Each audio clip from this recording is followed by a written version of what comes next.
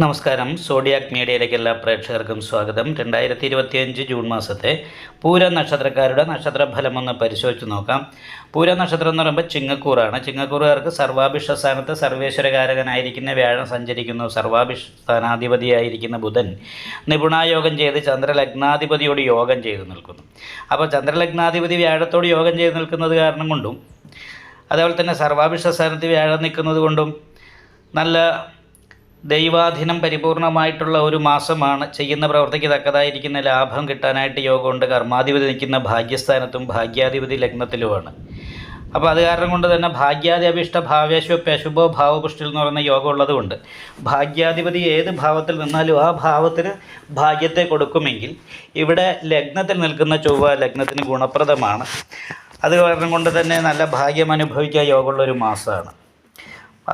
ശുക്രനായത് കാരണം ഭൗതികമായിരിക്കുന്ന എല്ലാ സുഖങ്ങളും കിട്ടാനായിട്ട് യോഗവും ശുക്രനുമായിട്ട് ബന്ധപ്പെട്ട മേഖലയിലുള്ള തൊഴിലെടുക്കുന്നവർക്ക് നല്ല അഭിവൃദ്ധി ഉയർച്ച, അതായത് കലാകാരന്മാർക്ക് അലങ്കാരങ്ങളുമായിട്ട് ബന്ധപ്പെട്ട് കമ്പ്യൂട്ടറുമായിട്ട് ബന്ധപ്പെട്ടിട്ട് ഒക്കെ തൊഴിലെടുക്കുന്നവർ, തുണിയുമായിട്ട് ബന്ധപ്പെട്ട് ഇങ്ങനെയൊക്കെയുള്ള മേഖലയിൽ തൊഴിലെടുക്കുന്നവരെ സംബന്ധിച്ച് വളരെ നല്ല അനുകൂലമായിരിക്കുന്ന ഗുണഫലങ്ങൾക്ക് യോഗമുണ്ട്.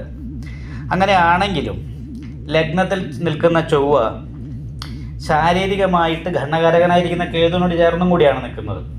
അതുകൊണ്ട് തലവേദന പോലെയുള്ള രോഗാവസ്ഥ കാര്യങ്ങൾ ഉണ്ടാകാൻ സാധ്യതയുണ്ട്.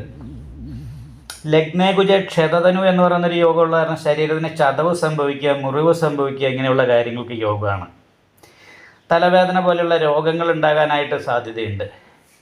എടുത്തിയാട്ടം പോലെയുള്ള കാര്യങ്ങൾ പെട്ടെന്ന് എടുത്തിയാടി കാര്യങ്ങൾ തീരുമാനിക്കുന്നത് കൊണ്ട് വിഷമം ഉണ്ടാകാനുള്ള സാധ്യതയുണ്ട്. പ്രത്യേകം ശ്രദ്ധിക്കേണ്ടത് ലഗ്നത്തിൻ്റെ രണ്ടാം ഭാവാധിപതിയോട് ചേർന്നാണ് ലഗ്നാധിപതി നിൽക്കുന്നത്, 11ാം ഭാവത്തിലാണെങ്കിലും. അപ്പോൾ അത് കാരണം കൊണ്ട് അവനവൻ്റെ ശ്രദ്ധക്കുറവ് കൊണ്ട് ധനനഷ്ടം പോലെയുള്ള കാര്യങ്ങൾ ഉണ്ടാകാതെ ഇരിക്കാൻ പ്രത്യേകമായിട്ട് ശ്രദ്ധിക്കേണ്ട ഒരു സമയമാണ്. അതേപോലെ അഷ്ടമത്തിലാണ് ശനി.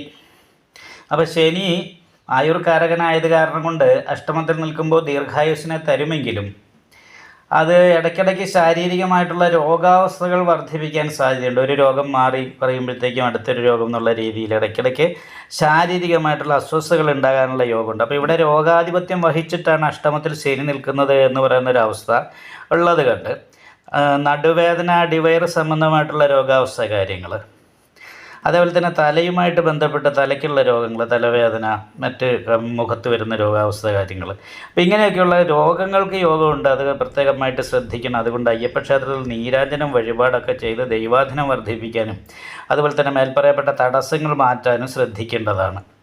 അതിനേക്കാൾ പ്രധാനമാണ് ലഗ്നാൽ 7ാം ഭാവത്തിൽ രാഹു നിൽക്കുകയും 7ാം ഭാവാധിപതി നഷ്ടസ്ഥാനത്തേക്ക് പോവുകയും ചെയ്യുന്നതുകൊണ്ട് ദാമ്പത്യ സംബന്ധമായിട്ടുള്ള പ്രശ്നങ്ങൾ, ഭാര്യാഭർത്താക്കന്മാർ തമ്മിൽ അകന്നു പോകാനിട വരിക, ശാരീരികമായിട്ടുള്ള രോഗാവസ്ഥ കാര്യങ്ങൾ കൊണ്ട് ഹോസ്പിറ്റലൈസ് ആകുന്നൊരവസ്ഥ ഭാര്യയ്ക്കുണ്ടാകുക. അപ്പോൾ അങ്ങനെയൊക്കെയുള്ള രീതിയിലുള്ള പ്രശ്നങ്ങൾ കൊണ്ട് ദാമ്പത്യ സംബന്ധമായിട്ട് മാനസികമായിട്ട് ടെൻഷൻ വർദ്ധിക്കാൻ യോഗമുള്ള സമയമാണ്. അത് പ്രത്യേകമായിട്ട് ശ്രദ്ധിക്കണം. അതേപോലെ തന്നെ രാഹു ആണെങ്കിലും 7ാം ഭാവത്തിൽ നിൽക്കുന്നുണ്ട്. എന്തിനിറങ്ങി പുറപ്പെടുമ്പോഴും ഒരു തടസ്സം ആദ്യം വരുത്തുകയും അതിനും ശേഷം മാത്രം അനുകൂലാവസ്ഥ ഉണ്ടാക്കുകയും ചെയ്യും.